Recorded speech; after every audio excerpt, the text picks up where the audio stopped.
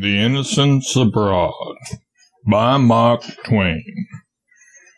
Chapter 46. About an hour's ride over a rough, rocky road, half flooded with water, and through a forest of oaks of Bashan, brought us to Dan. From a little mound here in the plain issues a broad stream of limpid water, and forms a large, shallow pool, and then rushes furiously onward, augmented in volume. This puddle is an important source of the Jordan. Its banks and those of the brook are respectably adorned with blooming oleanders, but the unutterable beauty of the spot will not throw a well-balanced man into convulsions, as the Syrian books of travel would lead one to suppose. From the spot I am speaking of, a cannonball would carry beyond the confines of Holy Land and light upon profane ground 3 miles away. We were only one little hour's travel within the borders of Holy Land. We had hardly begun to appreciate yet that we were standing upon any different sort of earth than that we had always been used to, and see how the historic names began already to cluster.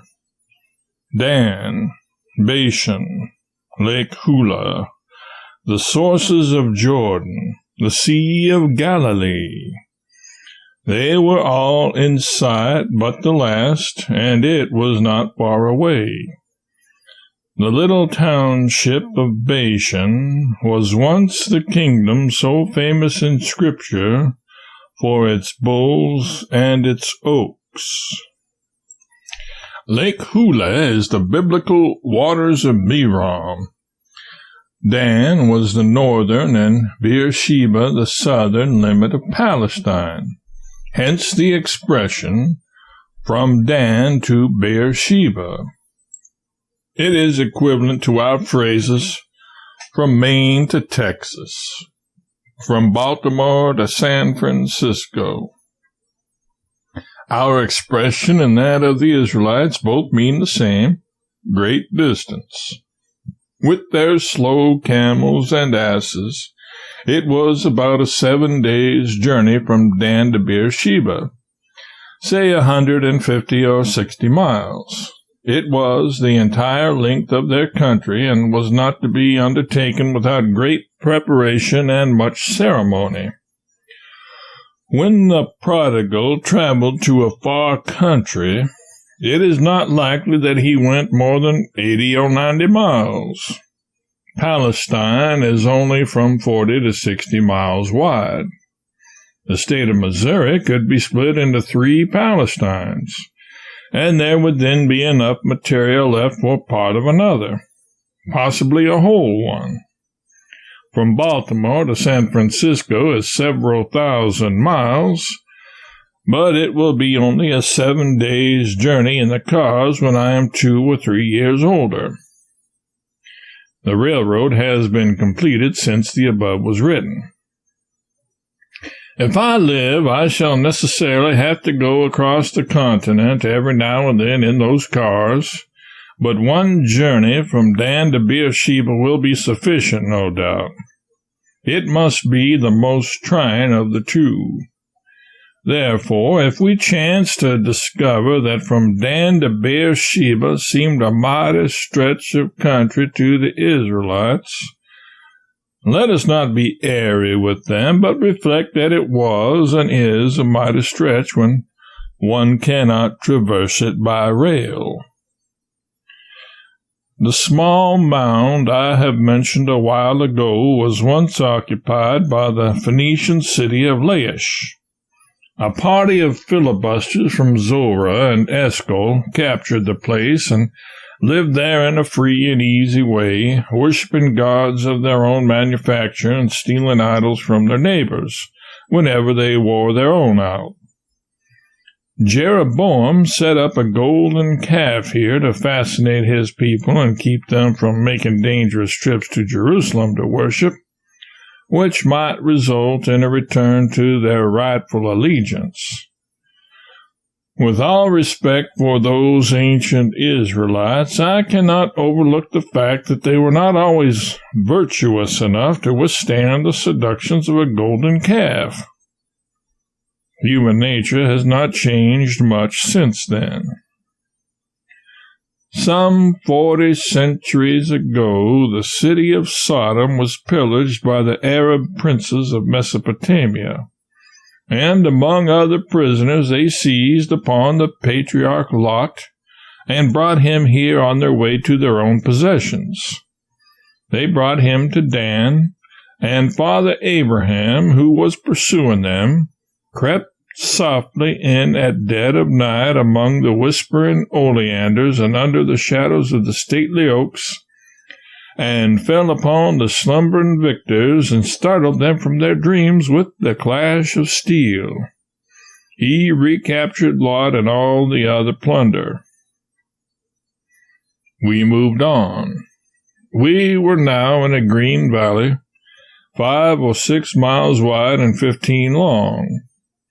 The streams, which are called the sources of the Jordan, flow through it to Lake Hula, a shallow pond 3 miles in diameter, and from the southern extremity of the lake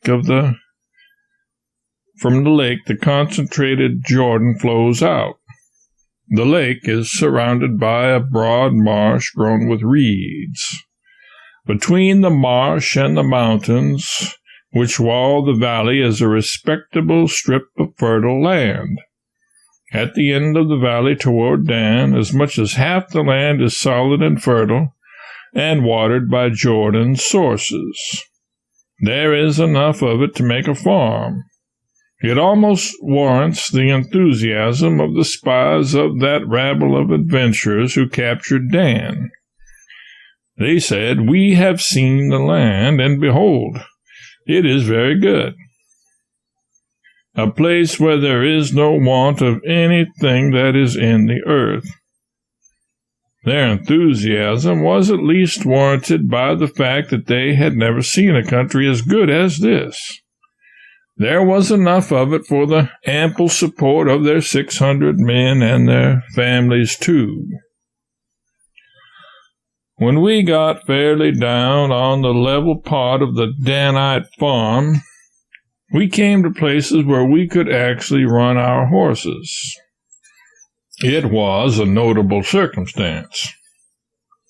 We had been painfully clambering over interminable hills and rocks for days together, and when we suddenly came upon this astonishing piece of rockless plain, every man drove the spurs into his horse and sped away with a velocity he could surely enjoy to the utmost, but could never hope to comprehend in Syria. Here were evidences of cultivation, a rare sight in this country. An acre or two of rich soil studded with last season's dead cornstalks of the thickness of your thumb and very wide apart. But in such a land it was a thrilling spectacle. Close to it was a stream, and on its banks a great herd of curious-looking Syrian goats and sheep were gratefully eating gravel. I do not state this as a petrified fact. I only suppose they were eating gravel because there did not appear to be anything else for them to eat. The shepherds attended them were the very pictures of Joseph and his brethren, I have no doubt in the world. They were tall, muscular, and very dark-skinned Bedouins with inky black beards. They had firm lips, unquailing eyes, and a kingly stateliness of bearing. They wore the party-colored half-bonnet, half-hood, with fringed ends falling upon their shoulders, and the full flowing robe barred with broad black stripes, the dress one sees in all pictures of the swarthy sons of the desert. These chaps would sell their younger brothers if they had a chance, I think. They have the manners, the customs, the dress, the occupation, and the loose principles of the ancient stock. They attacked our camp last night, and I bear them no good will. They had with them the pygmy jackasses one sees all over Syria and remembers in all pictures of the flight into Egypt, where Mary and the young child are riding and Joseph is walking alongside, towering high above the little donkey's shoulders. But really, here the man rides and carries the child as a general thing, and the woman walks. The customs have not changed since Joseph's time. We would not have in our houses a picture representing Joseph riding and Mary walking. We would see profanation in it, but a Syrian Christian would not. I know that hereafter the picture I first spoke of will look odd to me. We could not stop to rest 2 or 3 hours out from our camp, of course, albeit the brook was beside us. So we went on an hour longer. We saw water then, but nowhere in all the waste around was there a foot of shade, and we were scorching to death. Like unto the shadow of a great rock in a weary land. Nothing in the Bible is more beautiful than that, and surely there is no place we have wandered to that is able to give it such touch and expression as this blistering, naked, treeless land. Here you do not stop just when you please, but when you can. We found water, but no shade. We traveled on and found a tree at last, but no water. We rested and lunched and came on to this place. Ain Malaha, the boys call it Baldwinsville. It was a very short day's run, but the dragoman does not want to go further and has invented a plausible lie about the country beyond this being infested by ferocious Arabs who would make sleeping in their midst a dangerous pastime. Well, they ought to be dangerous. They carry a rusty old weather-beaten flintlock gun with a barrel that is longer than themselves. It has no sights on it. It will not carry farther than a brickbat, and is not half so certain. And the great sash they wear in many a fold around their waists has 2 or 3 absurd old horse pistols in it that are rusty from eternal disuse. Weapons that would hang fire just about long enough for you to walk out of range and then burst and blow the Arab's head off. Exceedingly dangerous these sons of the desert are. It used to make my blood run cold to read William C. Grimes' hairbreadth escapes from Bedouins, but I think I could read them down without a tremor. He never said he was attacked by Bedouins, I believe, or was ever treated uncivilly, but then in about every other chapter he discovered them approaching, anyhow, and he had a blood-curdling fashion of working up the peril, and of wondering how his relations far away would feel could they see their poor wandering boy, with his weary feet and his dim eyes, in such fearful danger, and of thinking for the last time of the old homestead and the dear old church and the cow and those things, and of finally straightening his form to its utmost height in the saddle, drawing his trusty revolver and then dashing the spurs into Mohammed and sweeping down upon the ferocious enemy, determined to sell his life as dearly as possible. True, the Bedouins never did anything to him when he arrived, and never had any intention of doing anything to him in the first place, and wondered what in the mischief he was making all that to do about. But still I could not divest myself of the idea somehow that a frightful peril had been escaped through that man's daredevil bravery, and so I never could read about William C. Grimes' Bedouins and sleep comfortably afterward. But I believe the Bedouins to be a fraud now. I have seen the monster, and I can outrun him. I shall never be afraid of his daring to stand behind his own gun and discharge it. About 1,500 years before Christ, this campground of ours by the waters of Merom was the scene of one of Joshua's exterminating battles. Jabin, king of Hazor, up yonder above Dan, called all the sheiks about him together with their hosts to make ready for Israel's terrible general who was approaching. And when all these kings were met together, they came and pitched together by the waters of Merom to fight against Israel. And they went out, they and all their hosts with them, much people, even as the sand that is upon the seashore for multitude, etc. But Joshua fell upon them and utterly destroyed them, root and branch. That was his usual policy in war.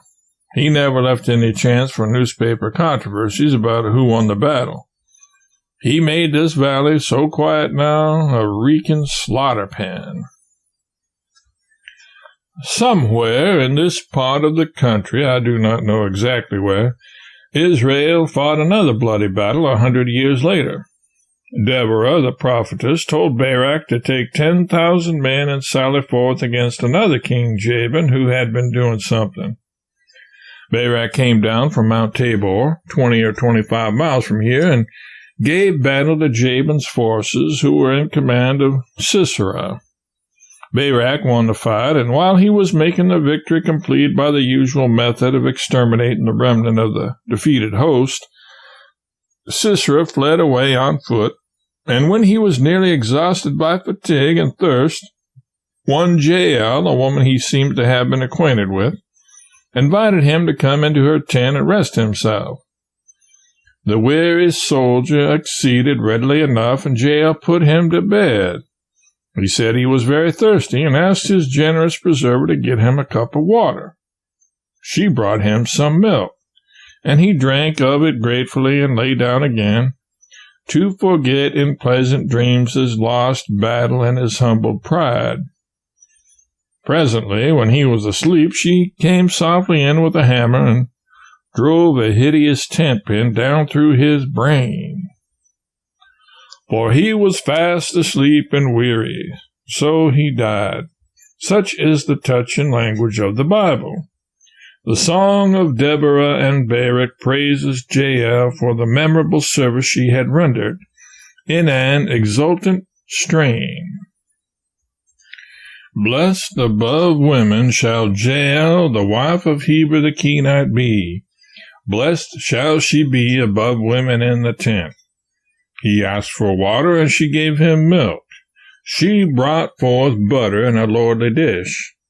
She put her hand to the nail, and her right hand to the workman's hammer, and with the hammer she smote Sisera. She smote off his head when she had pierced and stricken through his temples. At her feet he bowed, he fell, he lay down. At her feet he bowed, he fell. Where he bowed, there he fell down dead. Stirring scenes like these occur in this valley no more. There is not a solitary village throughout its whole extent, not for 30 miles in either direction. There are 2 or 3 small clusters of Bedouin tents, but not a single permanent habitation. One may ride 10 miles hereabouts and not see 10 human beings. To this region one of the prophecies is applied. I will bring the land into desolation, and your enemies which dwell therein shall be astonished at it. And it will scatter you among the heathen, and I will draw out a sword after you, and your land shall be desolate, and your cities waste. No man can stand here by deserted Ain Malaha and say the prophecy has not been fulfilled. In a verse from the Bible which I have quoted above occurs the phrase, all these kings.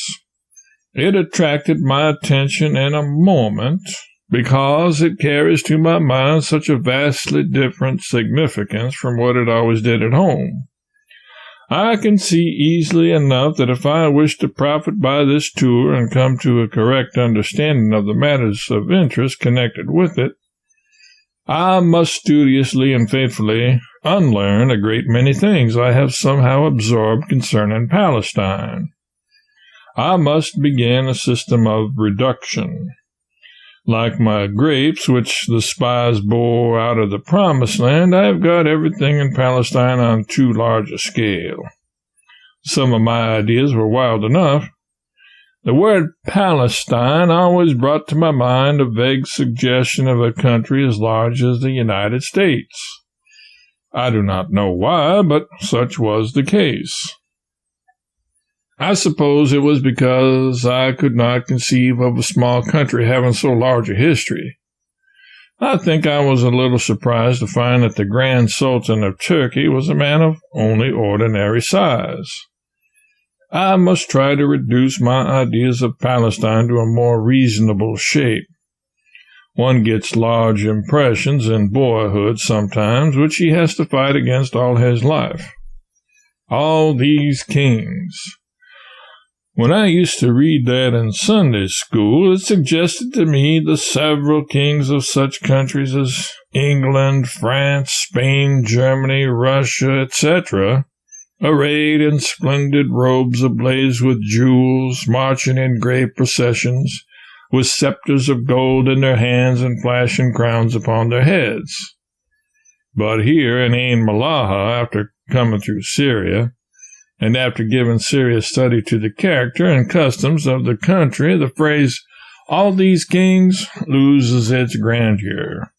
It suggests only a parcel of petty chiefs, ill-clad and ill-conditioned savages, much like our Indians, who lived in full sight of each other and whose kingdoms were large when they were 5 miles square and contained 2,000 souls. The combined monarchies of the 30 kings destroyed by Joshua on one of his famous campaigns only covered an area about equal to 4 of our counties of ordinary size. The poor old sheik we saw at Caesarea Philippi with his ragged band of 100 followers would have been called a king in those ancient times. It is 7 in the morning, and as we are in the country, the grass ought to be sparkling with dew, the flowers enriching the air with their fragrance, and the birds singing in the trees. But, alas, there is no dew here, nor flowers, nor birds, nor trees. There is a plain and an unshaded lake, and beyond them some barren mountains. The tents are tumbling, the Arabs are quarreling like dogs and cats as usual. The campground is strewn with packages and bundles. The labor of packing them upon the backs of the mules is progressing with great activity. The horses are saddled, the umbrellas are out, and in 10 minutes we shall mount, and the long procession will move again. The white city of the Malaha, resurrected for a moment out of the dead centuries, will have disappeared again and left no sign.